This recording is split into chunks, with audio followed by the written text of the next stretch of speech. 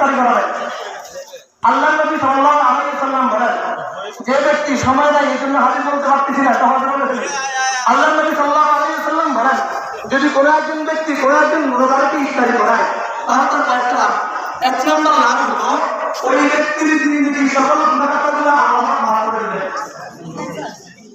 Number 2, আল্লাহ নবী বলেন ওই ব্যক্তিকে জাহান্নাম থেকে মুক্ত করে দেন।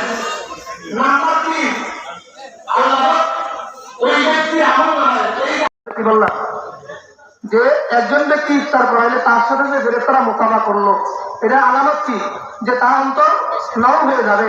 তাই সে হাত তুললেই তার চোখ দিয়ে পানি পড়তে থাকবে। তাহলে বোঝা গেল এই ব্যক্তির সাথে ফেরেশতারা মোকাবিলা করছে। তার ইফতারি যে করাইতেছে এটাও তো বলছে আল্লাহ। যে কথাগুলো বললাম আপনার ইফতারি এবং বললাম দান সৎকার, দৈনিক কিছু পরিমাণ হলো দান সৎকার করা। আল্লাহ পাক যে কথাগুলো বলেছি এগুলোর মধ্যে আমাকে আমার কোনো তৌফিক দান করুক। আপনাদের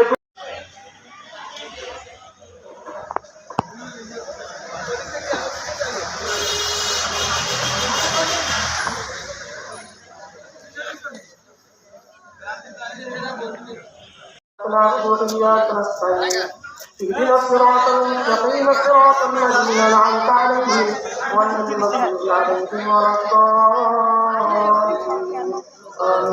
بسم الله الرحمن الرحيم. قل هو الله أحد الله الصمد لم يلد ولم يولد ولم يكن له. اللهم إني أسألك من لدنك علما. اللهم إني أسألك من لدنك علما. يا الله استغفر আল্লাহ সুদ মুক্ত জিন্দেগি দান করেন, ঘুষ মুক্ত জিন্দেগি দান করেন। আল্লাহ আমাদের প্রত্যেকে কবুল আর মঞ্জুর করিয়া নিন।